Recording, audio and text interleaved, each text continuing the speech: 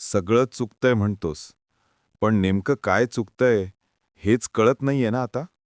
आज तुझा सगळा संभ्रम दूर करतो बघ. फक्त प्रामाणिकपणे लक्ष देऊन ऐक. मला सांग, आंब्याच्या झाडाचं बीज पेरून सफरचंदाचं झाड उगवलेलं तू ऐकलंय का कधी? नाही ना? मग स्वतःच्या डोक्यात नकारात्मक विचारांचे बीज रोवून सकारात्मक गोष्टी घडतील हा विचार योग्य असू शकेल का रे? कदापि नाही. पण हेच घडतंय तुझ्या बाबतीत. तू एखाद्या गोष्टीचा आरंभ, संकल्प करून मोठ्या दिमागात करतोस. पण काहीच दिवसात अपेक्षित यश मिळत नाही, म्हणून नकारात्मक विचारांचं तोरण आधीच मनात बांधायला सुरू करतोस. आणि मग गोष्टी मनासारख्या होत नाहीत म्हणून कायम रडत बसतोस. नकारात्मक विचारांचं ग्रहण लागलंय रे तुला.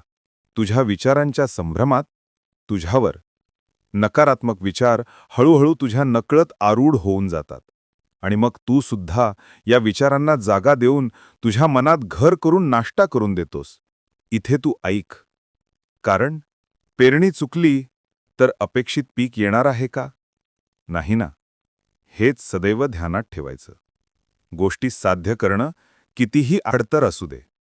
फक्त 2 गोष्टी लक्षात ठेवायच्या. सगळ्यात आधी निव्वळ सकारात्मक विचारच करायचा आणि त्या गोष्टीत सातत्य ठेवायचं. आणि मग चमत्कार बघ. जर तू मागे हटला नाहीस तर ती गोष्ट साध्य होणारच.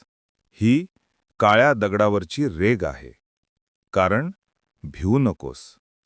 भिवू नकोस, मी तुझ्या पाठीशी आहे. भिवू नकोस, मी तुझ्या पाठीशी आहे.